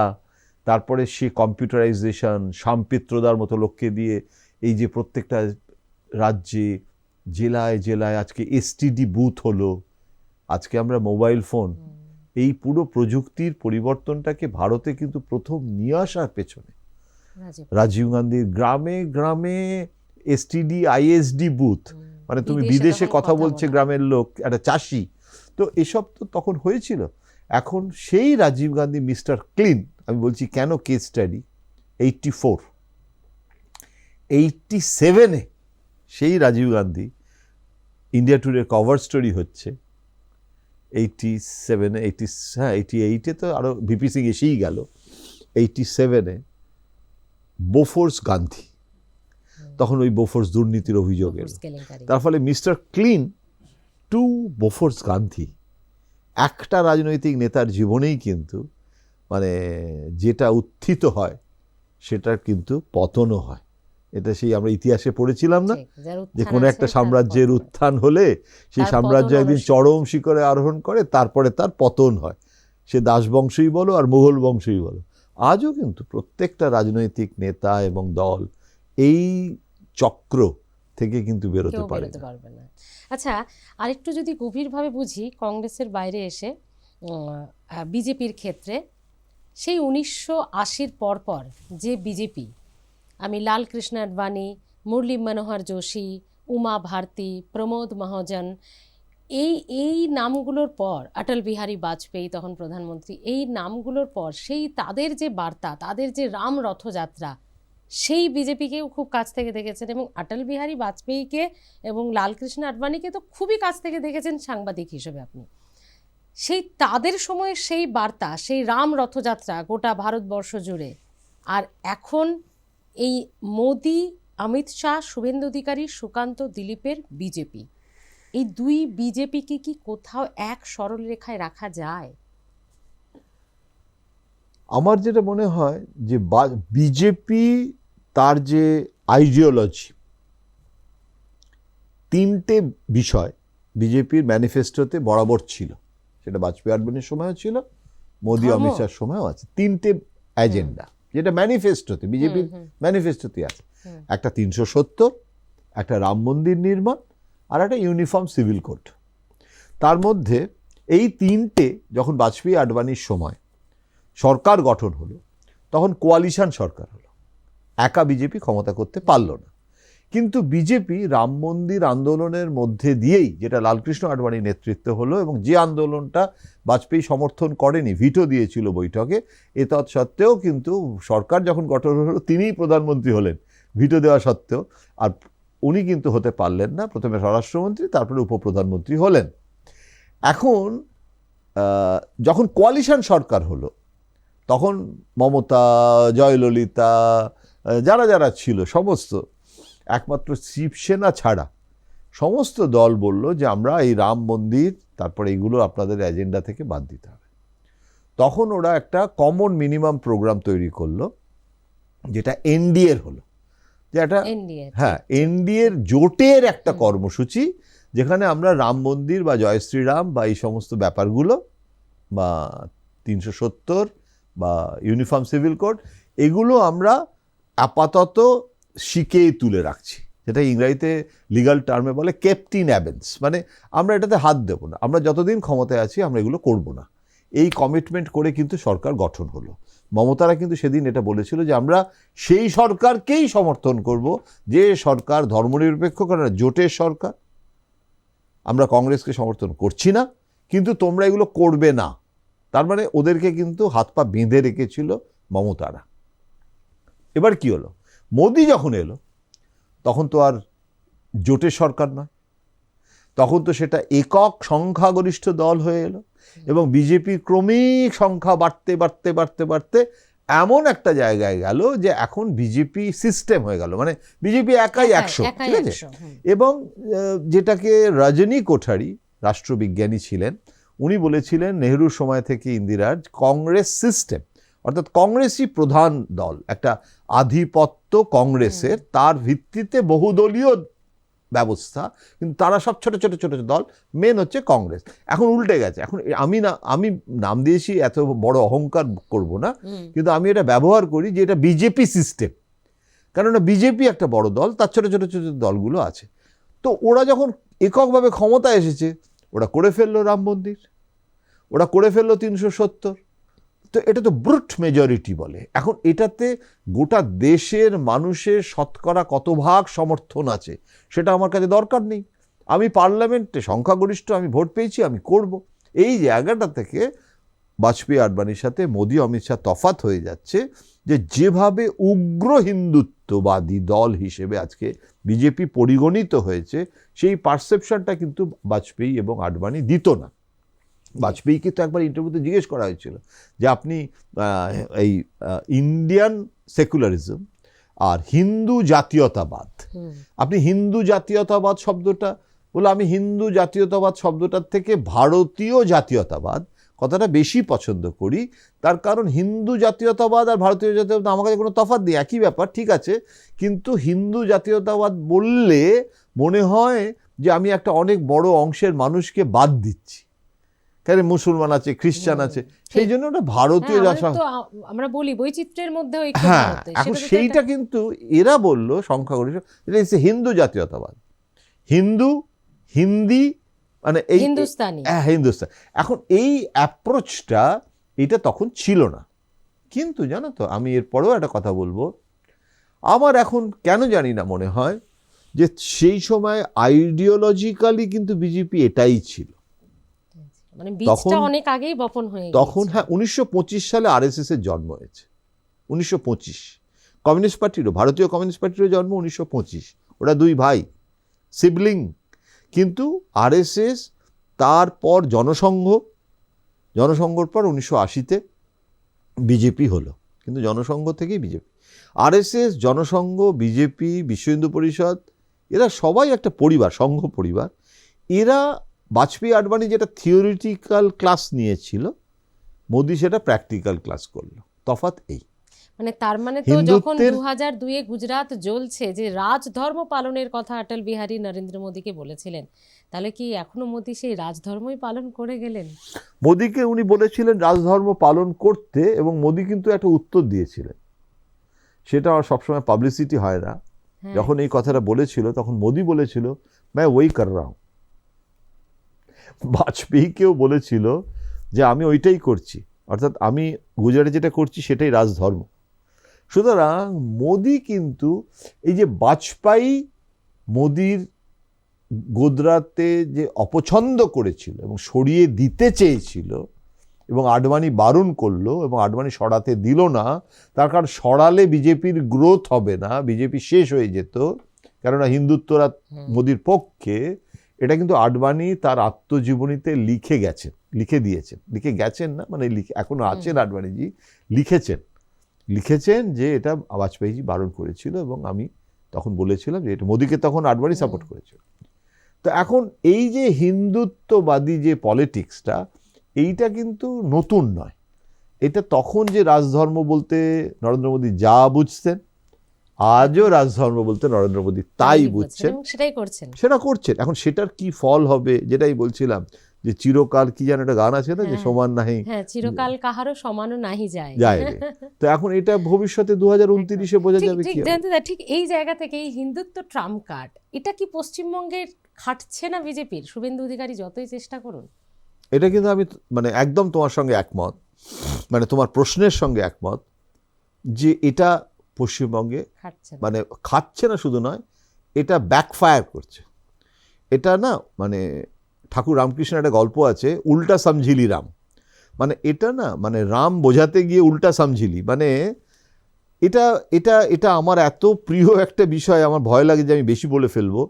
সেটা হচ্ছে যে ঠাকুর শ্রীরামকৃষ্ণ, বিবেকানন্দ, মা শারদা, আমরা যারা বাঙালি একটা জিনিস না, মানে বিজেপি আমি জানি না কেন জানে না, এটাও বুঝতে পারি না, কারণ এগুলো কোনো রকেট সায়েন্স নয়। এটা তো E=mc² আপেক্ষিকতাবাদ পড়া নয়, বা ব্ল্যাক হোল আমাকে স্টিফেন হকিং পড়ানো নয়। আমি বুঝতে পারি না কেন এটা ওরা বুঝতে পারছে না যে ঠাকুর শ্রী রামকৃষ্ণ মানে গদাধর, তার বাবা নাম ছিল ক্ষুদিরাম চট্টোপাধ্যায়। ক্ষুদিরাম চট্টোপাধ্যায় কামারপুকুর থেকে আগে আর একটা গ্রামে থাকতো, সেখানে জমিদারদের অত্যাচারে কামারপুকুরে চলে আসে। যখন এসেছিল তখন হাতে তার পারিবারিক যে বিগ্রহটা উনি নিয়ে এসেছিলেন সেটা রামের, রঘুবীর, এবং সেটা কামারপুকুরে এসে একটা মাটির ঘরে উনি থাকতেন, আর একটা মাটির ঘরেতে রঘুবীরকে স্থাপনা করেন। এখনো যদি কেউ কামারপুকুরে যায়, অমিত শাহ যদি যান, তাহলে দেখতে পাবেন যে ওখানে রামের মূর্তিটাই পূজিত হতো, আজও রামকৃষ্ণ মিশনে পুজো হয়। সুতরাং আমরা বাঙালি অ্যান্টি রাম কে বলেছে? জয় শ্রীরামটাকে রাজনৈতিক স্লোগানে পরিণত করতে তো কথামৃতে কোথাও লেখা নেই। এখন এইখানে প্রবলেমটা হচ্ছে যে আমি কিন্তু বাঙালি রাম ভক্ত নয় তা নয়, তাহলে ক্ষুদিরামের গল্প বলেছি আমি, কিন্তু ঠাকুর কিন্তু সব ধর্মের প্রতি সমবেদনাশীল ছিলেন। এবং যদি কেউ ঠাকুরের সাধন মার্গ, কিভাবে ঠাকুর সাধনা করেছিলেন, সেটা যদি একটু পড়ে কষ্ট করে, তার জন্য আমি তাদেরকে বলে দিচ্ছি, বইয়ের নামটাও বলে দিচ্ছি, লীলা প্রসঙ্গ যদি পড়ে ঠাকুরের, সেই লীলা প্রসঙ্গে দুটো খণ্ড আছে। একটা খণ্ডে উনি কিভাবে সাধনা অর্জন করেছিলেন, তাতে আছে উনি ইসলাম ধর্ম গ্রহণ করেছিলেন, এবং ইসলাম ধর্মের ওনার একটা গুরু ছিল, এবং কেদার রায় তিনি গুরু ছিলেন, তার কাছ থেকে তিনি ইসলাম ধর্মে মন্ত্রে দীক্ষিত হন। এবং যখন তিনি যে ধর্মে দীক্ষিত হয়েছিলেন দক্ষিণেশ্বরে করতেন মথুরবাবুর সাপোর্ট নিয়ে, তখন উনি ওটা হয়ে যেতেন। তখন উনি নামাজ পড়তেন, কোরআন পড়তেন, এমনকি মুরগি টুরগি খেয়েছেন যে মুসলমান হবেন বলে, তো সব রকমের খাওয়া দাওয়া করেছেন, তো এবং সেটা কিন্তু লেখা রয়েছে, এবং তারপরে সেটা থেকে বেরিয়ে গেছেন। তো ওনার দর্শনটাই আলাদা না। একটা সাধু এসেছিল যে তোতাপুরি, তারপরে আরও অনেক সাধুরা আসছে, তো বলেছিল কি করলে আমার সাধনা হবে হিন্দু ধর্মে, কিভাবে? বলো যেদিন তুই বুঝতে পারবি যে নর্দমার জল আর গঙ্গার জল দুটোই এক, সেদিন জানবি তোর মুক্তি হয়ে গেছে। তো এখন কথাটা হচ্ছে যে আমাদের বাঙালিদের মধ্যে যে বহুত্ববাদ, যে ধরনের একটা পরমত সহিষ্ণুতা এগুলো রয়েছে, এগুলো ক্ষিতিমোহন সেন তো অনেক হিন্দু ধর্মের উপর বই লিখেছেন, অমর্ত্য সেনের দাদামশাই, সেটা নয় অনেকের কঠিন লাগতে পারে, কিন্তু কথামৃত তো কঠিন লাগার কথা নয়। কথামৃত ইংরাজিতেও অনুবাদ আছে, হিন্দিতেও আছে, গসপেল বলে ইংরাজিতে আছে। তো এগুলো যদি একটু বিজেপি নেতারা পড়েন, তাহলে বুঝতে পারবেন যে আমাদের রক্ত মজ্জায় এই হিন্দু ধর্মটা মিশে আছে। আমাকে তো কমিউনিস্টদের মতো নাস্তিক হওয়ার কথা কেউ বলছে না। মমতাকে বলা হচ্ছে যে ও হিন্দু পলিটিক্স করছে, মমতা এগুলো আগেও করত।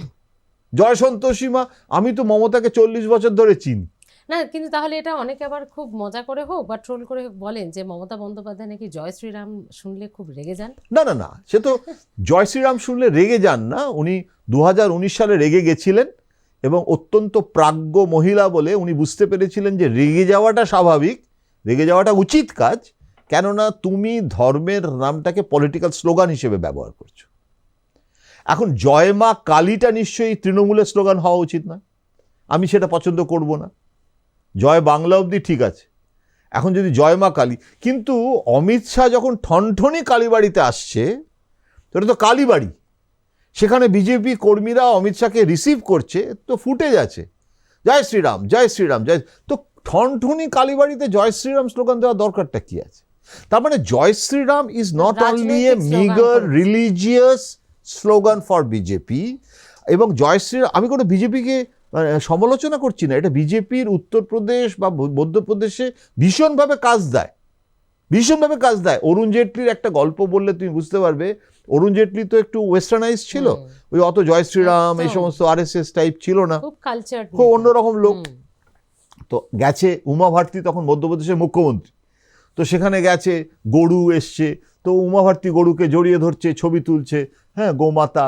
আর অরুণ তো সারা জীবনে এত আরবান সফিস্টিকেটেড বড় ব্যারিস্টার, সে থাকে সাউথ দিল্লিতে, সে গরু ফরু তো দেখেইনি ওরকম ভাবে, তাকে জড়িয়ে ধরা তো দূরের কথা। উমা ওকে বলছে, আমি গেছিলাম অরুণের সঙ্গে, বলছে তুমি গরুটাকে ধরো অন্তত, না হলে ছবিতে উল্টো মিনিং হয়ে যাবে যে বিজেপির নেতা গরুকে স্পর্শই করলো না। তো গরু মাতাকে আমি জড়িয়ে ধরছি, তুমি অন্তত হাতটা রাখো ছবি তোলার সময়।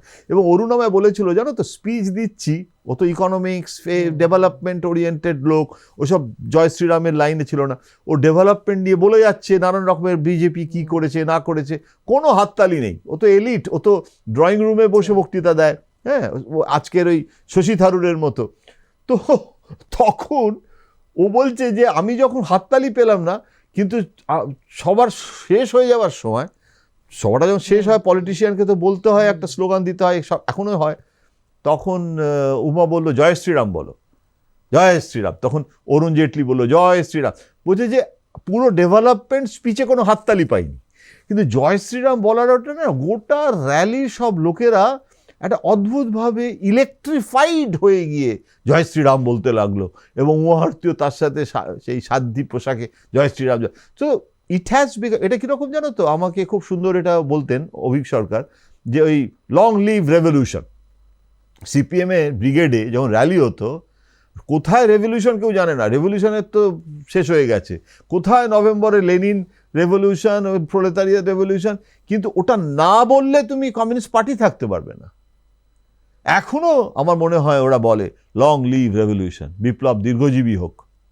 তো বিপ্লব দীর্ঘজীবী হোক, এটা একটা রেটরিক্স, এইটাকে তোমাকে যতদিন কমিউনিস্ট পার্টি থাকবে ততদিন বলতে হবে।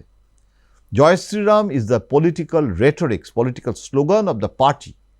তো এটা তো তাহলে হিন্দু ধর্মের সঙ্গে কিছু নয়।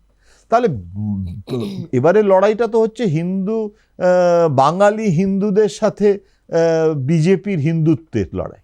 একদম ঠিক। এই জায়গায় আমাদের সংবিধানে কোনো রাষ্ট্রীয় ভাষা তো নেই, আছে কি এখনো পর্যন্ত? হিন্দি রাষ্ট্রভাষা নয়, হ্যাঁ, হিন্দি সরকারি ভাষা। হ্যাঁ, এবার এটাকেই অনেকে হয়তো গুলিয়ে ফেলেন, সেটাকে রাষ্ট্রীয় ভাষা। এই হিন্দি, হিন্দু, হিন্দুস্তানি, হিন্দুত্ব ট্রাম্প কার্ড, ভারতের সার্বভৌমত্বে এবং রাষ্ট্রীয় পরিকাঠামোয়, এটা আগামী দিনে কত বড় আঘাত আনবে নাকি সুফল দেবে?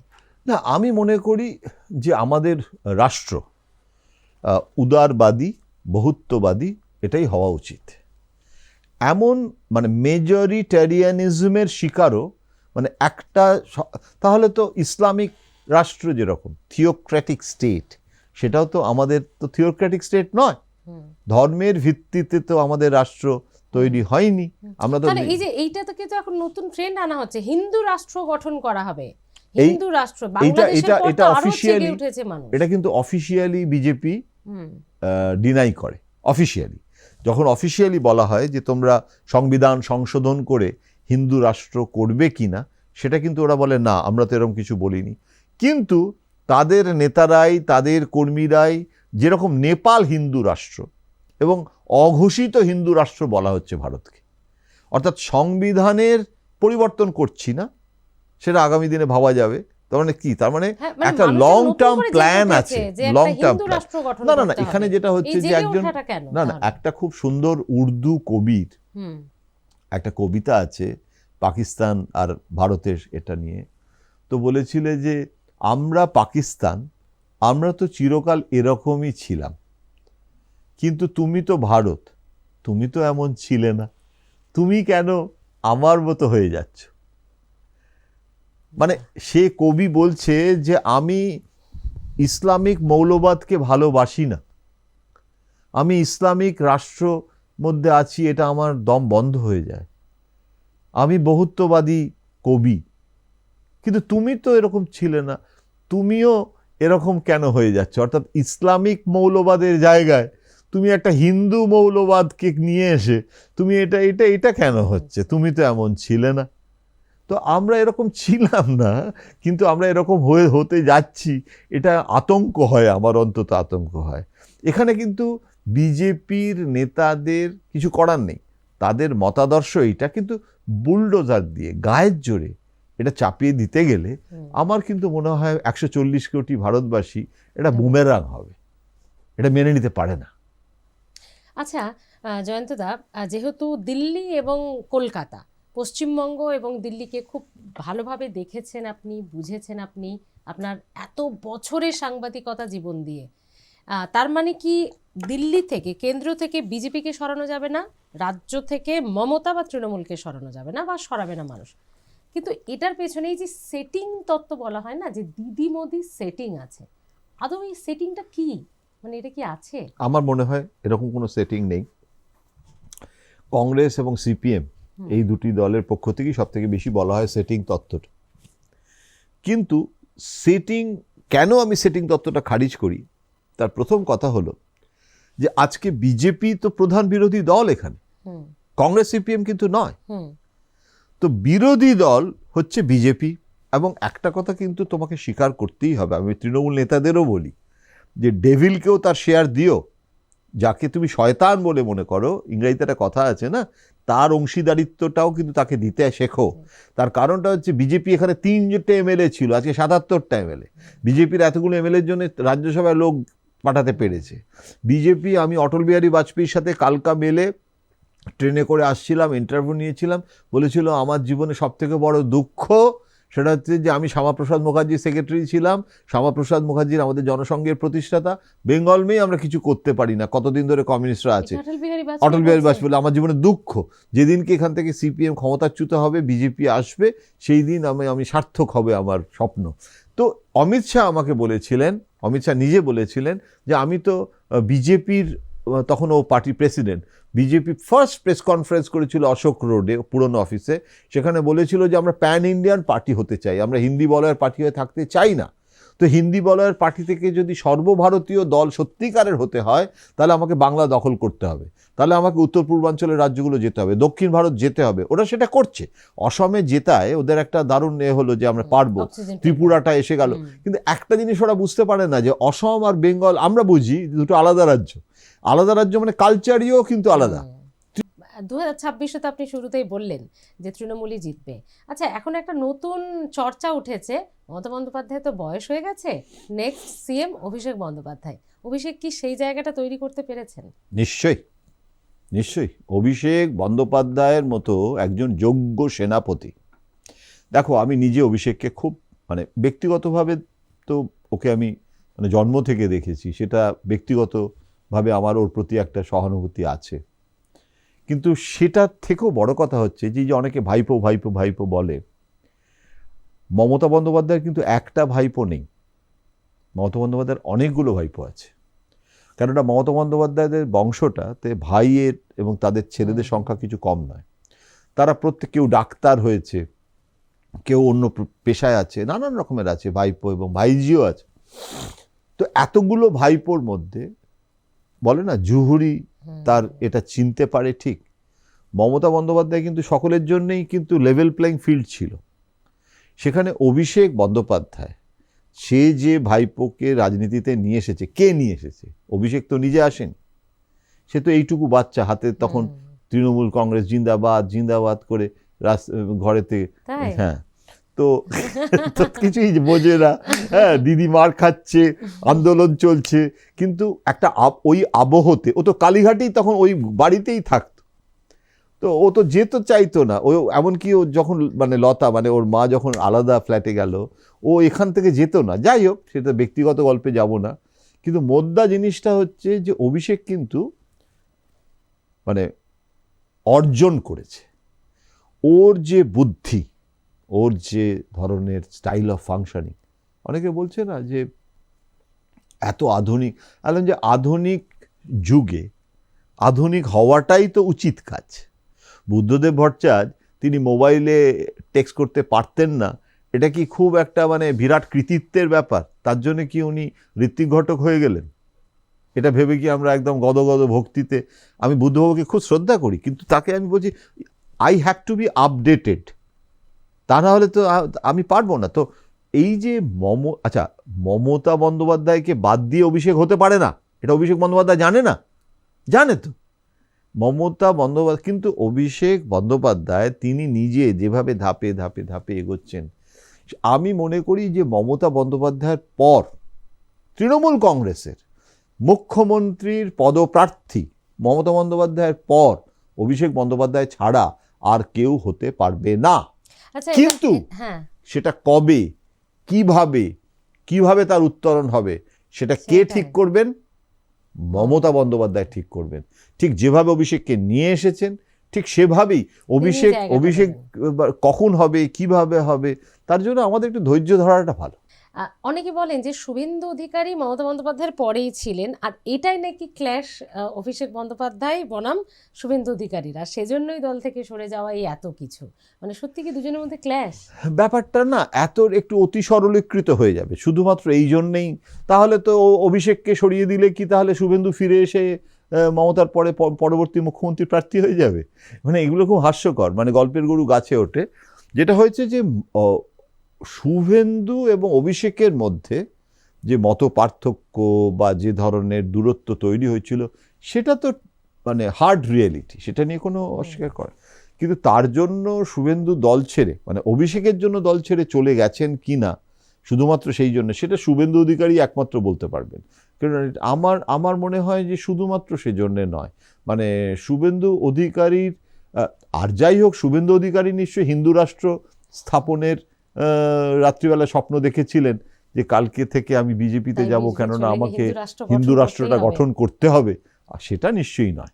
দাদা, এই নবীন প্রবীণ দ্বন্দ্ব তৃণমূলে, এটা কি সত্যি অভিষেক বন্দ্যোপাধ্যায়ের একটা ভুল, নাকি সঠিক পথেই তিনি চলছেন? কোথাও কি দলকে একটু হলেও আড়াআড়ি ভাগে ভাগ করেছে? কারণ দমদমে আমরা দেখলাম সৌগত রায়ের ক্ষেত্রে, তাকে ক্যান্ডিডেট করার ক্ষেত্রে লোকসভা নির্বাচনের সময় সেখানে কিন্তু একটা বড় সমস্যা তৈরি হয়েছিল, যেটা খবরের শিরোনামে ছিল।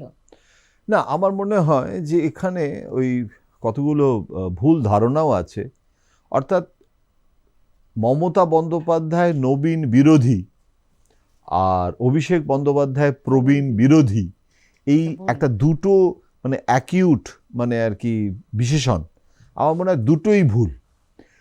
আমার মনে হয় সেটা হচ্ছে যে এটা সব দলে সর্বকালে হয়েছে, যে প্রবীণ আর নবীনের, যখন আমরা জ্যোতিবাবুর সময় বুদ্ধবাবু আর জ্যোতিবাবুর মধ্যে হয়নি প্রবীণ আর নবীন, এবং যখন প্রমোদ দাশগুপ্ত তিনজনকে তৈরি করলো, বিমান বোস, বুদ্ধদেব ভট্টাচার্য, অনিল বিশ্বাস, তিনজনকে তিনটে জায়গা ভেবেও ফেললো যে বুদ্ধবাবুকে অ্যাডমিনিস্ট্রেশনে, অনিল বিশ্বাসকে পার্টির গণশক্তি এবং পার্টির মিডিয়া এবং এই সমস্ত দেখবে, আর বিমান বোস হবে সংগঠনের। তো এইভাবে ভবিষ্যতের কথা ভেবে নবীন প্রজন্মকে, মানে পরবর্তী প্রজন্মকে এগিয়ে নিয়ে আসা, এটা কমিউনিস্ট পার্টিতেও চিরকাল হয়েছে, কংগ্রেসে হয়নি। কংগ্রেসে আমরা তরুণ তুর্কি বলে একটা শব্দ ছিল, চন্দ্রশেখরকে বলা হতো সেই সময় যে কংগ্রেসের মধ্যে তরুণ তুর্কি নেতা। তো তরুণ তুর্কি নেতা সঞ্জয় গান্ধী যখন এলো, তখন সঞ্জয় গান্ধী এসে সমস্ত, যখন রাজীব গান্ধী প্রণববাবু, বরকত গনি খান চৌধুরীদের যখন সরালো, তখন বলেছিল যে রাজীব গান্ধী যাদেরকে জি বলে ডাকতে হয়, অর্থাৎ বয়স্ক, তাদেরকে তাড়িয়ে দিচ্ছে, আর মণিশঙ্কর আয়ারের মতো নেতাকে নিয়ে আসছে কেননা ওকে মানি বলে ডাকা যায়। তো এই যে প্রবীণ আর নবীনের গল্প না, এ তোমার চিরকাল হয়েছে। এখন এখানে তাহলে অভিষেক যাদেরকে কাকু বলতে হয় বা জেঠু বলতে হয়, তাদেরকে রাজীব গান্ধীর মতো অসহ্য লাগছে বলে তাড়িয়ে দেবো, এটা কিন্তু অভিষেক বন্দ্যোপাধ্যায় কখনোই করছে না। আমি তো সেদিনও দেখলাম অভিষেক বন্দ্যোপাধ্যায় আমাদের বীরভূমে গিয়ে কেষ্টদার নাম উল্লেখ করল।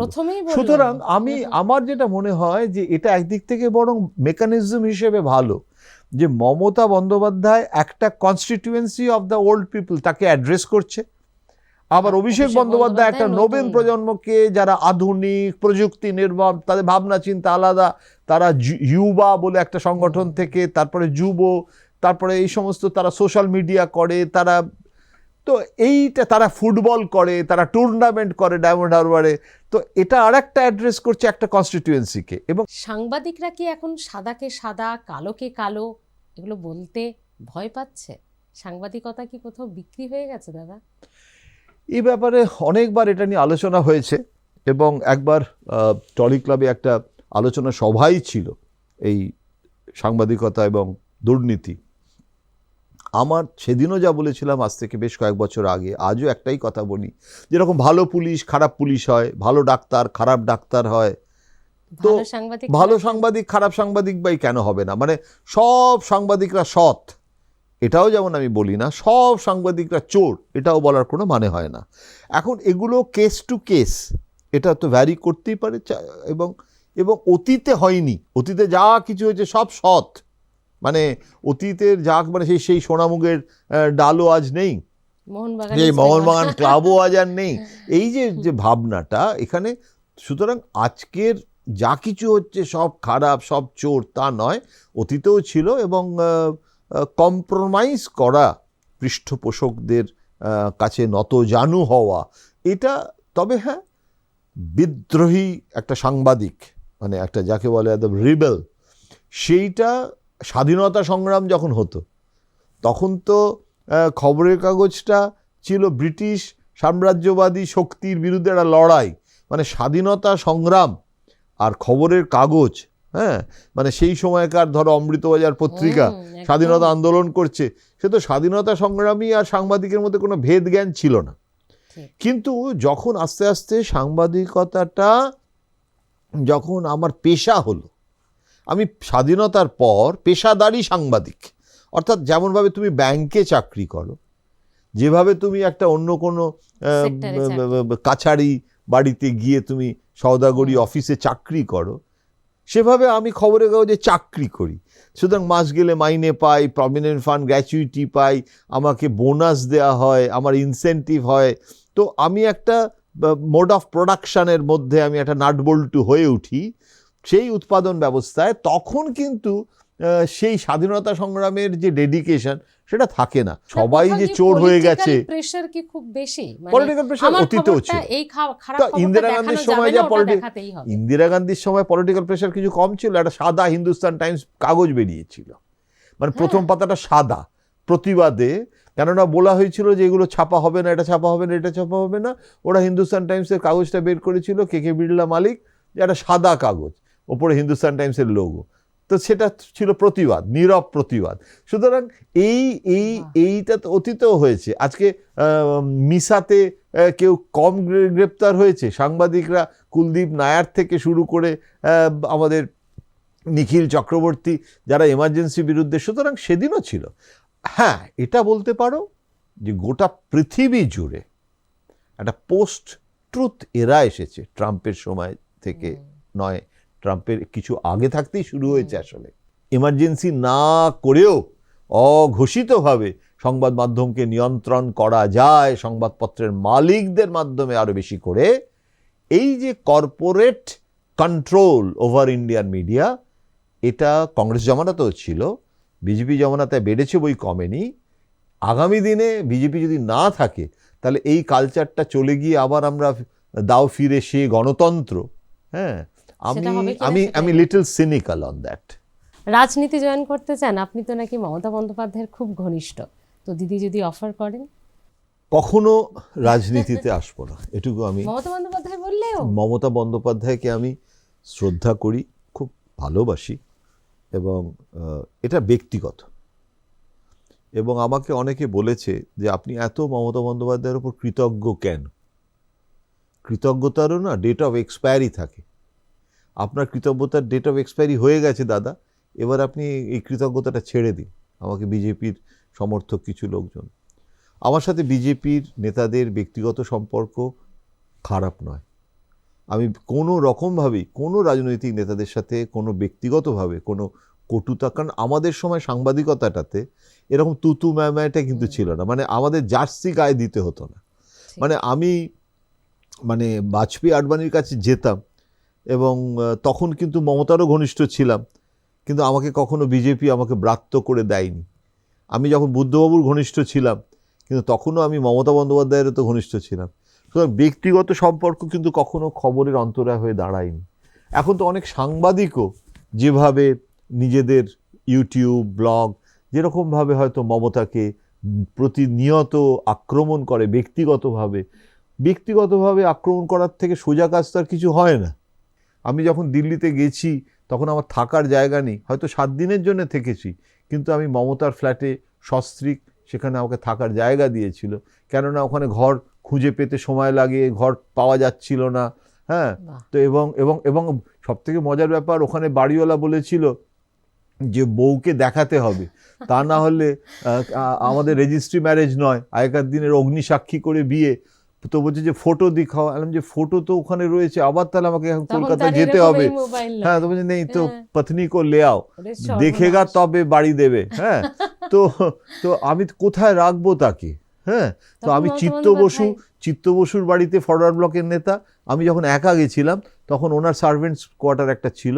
সার্ভেন্টস কোয়ার্টার বললেও আমি একটু খারাপ লাগবে শুনতে, ওটা কিন্তু থাকার একটা জায়গা, ছোট হ্যাঁ। ঘর, সেখানে মানে সেখানে আমি ছিলাম। উনি আমার চিড়ে দই সকালবেলা খেতে দিত, চিত্তবাবু আমাকে নিয়ে হাঁটতে যেত, বড় ভালো ছিলাম। কিন্তু সস্ত্রীক, ওটা তো ফরওয়ার্ড ব্লক পার্টি অফিসও ছিল, ওটা ওনার বাড়ি কাম, তো সেখানে থাকতে পারিনি। ঠিক। তো মমতা বন্দ্যোপাধ্যায় তখন একজন সাধারণ সাংসদ, ওনার একটা ছোট ফ্ল্যাট, বাংলোও নয়, দোতলায় নর্থ অ্যাভিনিউতে, সেখানে উনি ছিলেন এবং আমাকে উনি জোর করে বলে থাকো, এবং দেখো রান্নাঘরে নিশ্চয়ই সর্ষের তেল টেল একটু নিশ্চয়ই থাকবে। হ্যাঁ, তো ওর মধ্যে এই যে একটা মানুষ, এবং তারপরে একটু মানে বরাবরই খুব মানবিক বড়, উনি। এখনো মানে সেটা মানে কিন্তু সত্যি কি মরেনি। চপ মুড়িটা খেতে ভালোবাসেন উনি? খায় তো এইটুকু পাখির আহার, হ্যাঁ, খায় আর কি, মানে ওই মুড়ি খেতে ভালোবাসে, অনেক সময় মুড়ি খেয়েই হয়তো রাত্রি শুয়ে পড়লো, এরকমও হয়। কিন্তু আমি যেটা মনে করি সেটা হচ্ছে যে ওর যে এটার মধ্যে কোনো রাজনীতি নেই, সুতরাং এটা কোনো কুইট প্রো কোয়া নেই।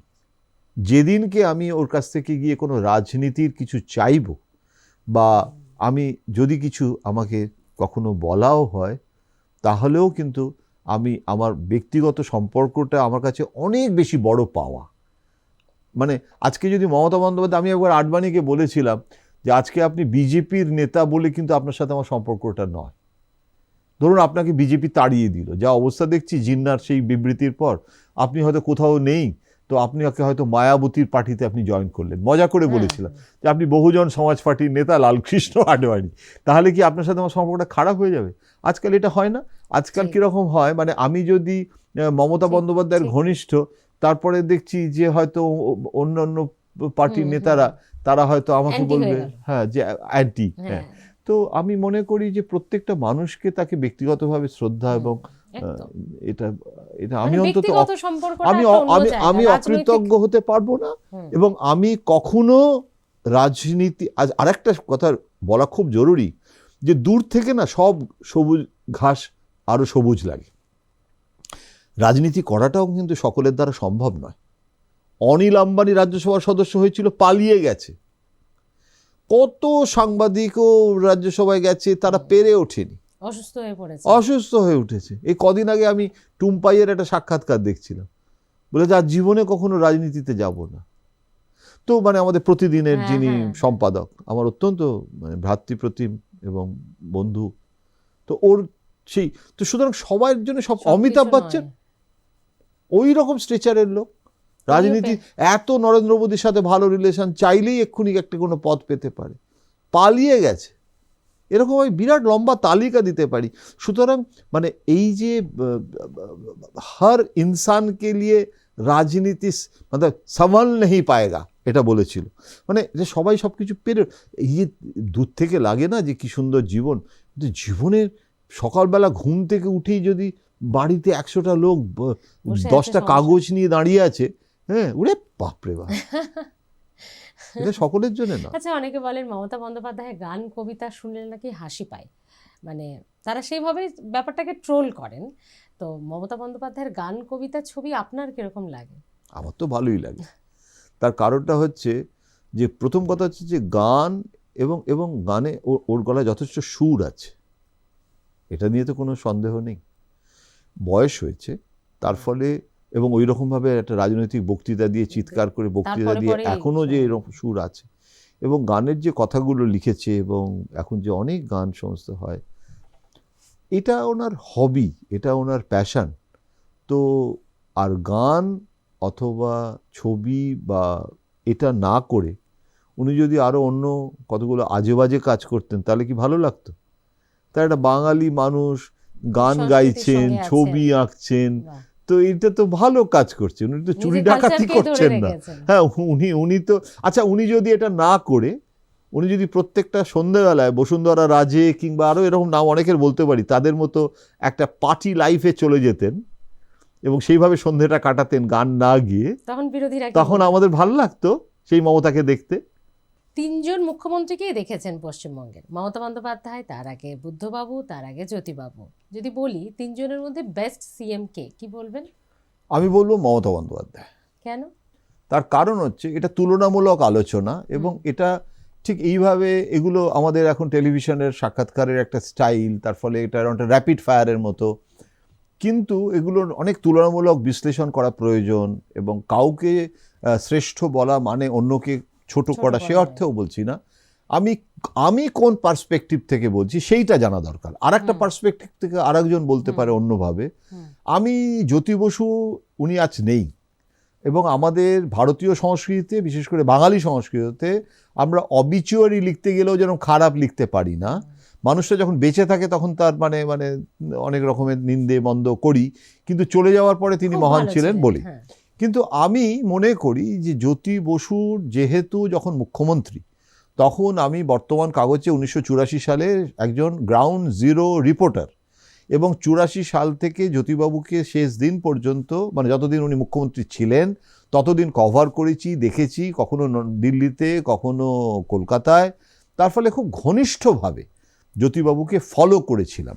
এবং জ্যোতিবাবুর অনেক রকমভাবে ইন্ডাস্ট্রির ক্ষেত্রে, জ্যোতিবাবুর অনেকভাবে উদার মনোভাব ইত্যাদি ইত্যাদি অনেক ভালো দিক থাকতে পারে, কিন্তু জ্যোতিবাবুর যেরকমভাবে প্রশাসনিক উদাসীনতা ছিল, সেটা না অনেকে জানে না যে উনি কতটা কম খবর রাখতেন। যে কারণে বুদ্ধবাবুকে নিয়ে আসা হলো, তার কারণ একটা সময় পরে আজকে যে সিপিএম এখনো ক্ষমতায় আসতে পারছে না, জ্যোতিবাবুই তো সব থেকে দীর্ঘ মুখ্যমন্ত্রী শাসনে ছিলেন।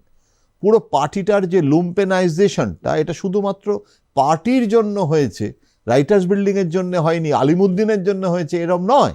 আজকে কিন্তু নবান্ন এবং ক্যামাক স্ট্রিট দুয়ে মিলে তৃণমূল কংগ্রেস। সেরকম সেদিনও কিন্তু রাইটার্স বিল্ডিং আর আলিমুদ্দিন দুয়ে মিলে ছিল সিপিএম জামানা।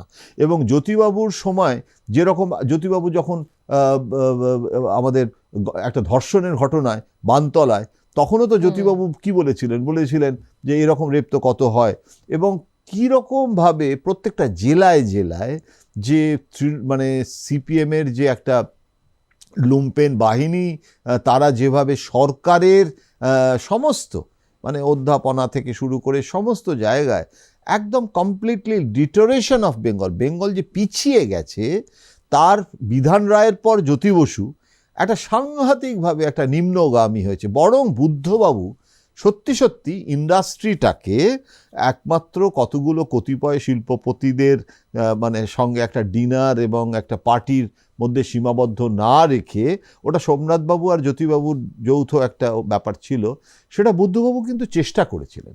সেদিক থেকে আমি জ্যোতিবাবুর থেকে কিন্তু বুদ্ধবাবুকে অনেক বেশি সিনসিয়ার হতে পারে যে অ্যারিস্টোক্র্যাট জ্যোতিবাবু আর এই উত্তর কলকাতার সুকান্ত ভট্টাচার্যের ভাইপো, সে অনেক সাধারণ বাংলায় এমএ পড়া, হ্যাঁ, তো সেইটা আমি কখনো কিন্তু মনে করি না যে বুদ্ধবাবু তার যথেষ্ট মাহাত্ম্য ছিল এগিয়ে নিয়ে যাওয়ার ব্যাপারে।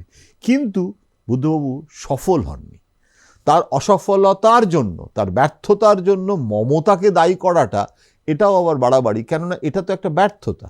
এই সিঙ্গুরের যে ঘটনাটা হয়েছিল, কিন্তু তখন কৃষকদের স্বার্থে আমাকে ওই স্বার্থটাকে কিছুটাকে মানে অগ্রাধিকার কম দিয়ে কৃষকদের স্বার্থটাকে দেখা ছাড়া কোনো উপায় ছিল না। কিন্তু আমি অ্যান্টি ইন্ডাস্ট্রি নই, আপনারা আমাকে সহযোগিতা করবেন। এবং তো আমার এখনও মনে আছে যে মমতা বন্দ্যোপাধ্যায়, তার মানে কি, তার মানে তোমাকে রাজধর্ম সেটাই যে তোমাকে না একটা জাজমেন্ট নিতে হয়, তোমাকে একটা জায়গায় একটা ডিসিশন নিতে হয়। তো বুদ্ধবাবু পারেননি, বুদ্ধবাবু সেদিক থেকে পারলেন না।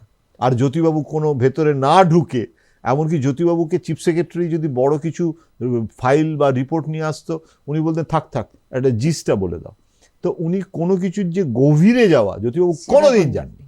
এটা ওখানকার সেই সময়কার যারা ব্যুরোক্র্যাট, মানে যারা তখন চিফ সেক্রেটারি, হোম সেক্রেটারি ছিল, তারাই সব গল্প করতেন। সুতরাং উনি অনেক বেশি আমলা নির্ভর ছিলেন। এখানে কিন্তু মমতা বন্দ্যোপাধ্যায় সমস্ত কিছু খবর রাখে, এবং ব্লক নেতাদের নাম ধরে ধরে কথা বলেন তিনি। ব্লক নেতাদের জানেন, জেলাওয়ারি পুলিশ প্রশাসন সমস্ত কিছু জানে। এবং যত দিন যাচ্ছে আমার যেটা মনে হচ্ছে, ওনার মধ্যে একটা আবেগ আছে, ওনার মধ্যে একটা ছেলে মানুষই আছে, সেটা ঈশ্বরের আশীর্বাদ। কিন্তু উনি কিন্তু যত দিন যাচ্ছে অনেক পরিণত মনস্ক হচ্ছেন, সেটা না আমি টের পাই। দাদা, আমার একদম শেষ প্রশ্ন, অনেকক্ষণ আটকে রেখেছি। সাংবাদিকরা কি ভালো লেখক হতে পারে? সাদা কালো বলছি না, লেখক বলছি, কারণ আপনি ভূতনাথের দিল্লি দর্শন, দিল্লির দরবারে ভূতনাথ, এই ভূতনাথটা কি, এবং এতগুলো লেখা, এতগুলো বই কিন্তু আপনার কাছ থেকেও আমরা পেয়েছি।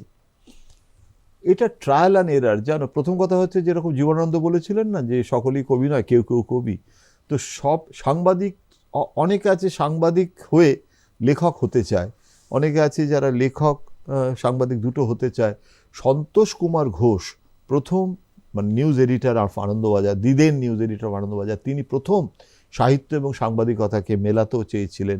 আগে একটা কাঠখোট্টা স্পিচ, গান্ধীর স্পিচ ছাপা হতো, হ্যাঁ, এখন সেটাকে ইন্টারপ্রিটেটিভ জার্নালিজম, এখন তো কত কিছু চেঞ্জ হয়ে গেছে। কিন্তু সাহিত্যিক হওয়া মানে কিন্তু গল্প উপন্যাস লেখা।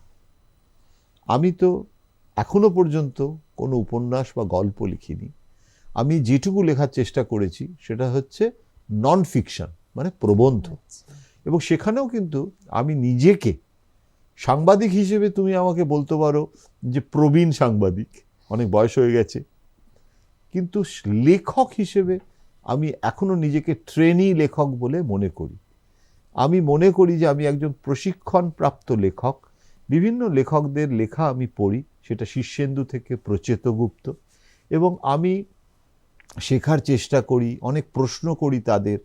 এবং আমার মনে হয়, এখন মনে হয়, আমি তোমার কাছে অন্তত আমার ব্যক্তিগত এই কথাটা প্রকাশ্যেই বলছি, যে আমার মাঝে মাঝে মনে হয় যে সাংবাদিকতাকেও বিদায় জানিয়ে যদি শুধুমাত্র লেখালেখির মধ্যে আরও যেতে পারি, যেটা মানে সাংবাদিকতার লেখা নয়, সেটা ধর্ম হতে পারে, স্পিরিচুয়ালিটি হতে পারে, সেটা হয়তো উপনিষদের ওপরে হতে পারে, যেগুলো নিয়ে আমি পড়াশোনা করতে ভালো লাগে।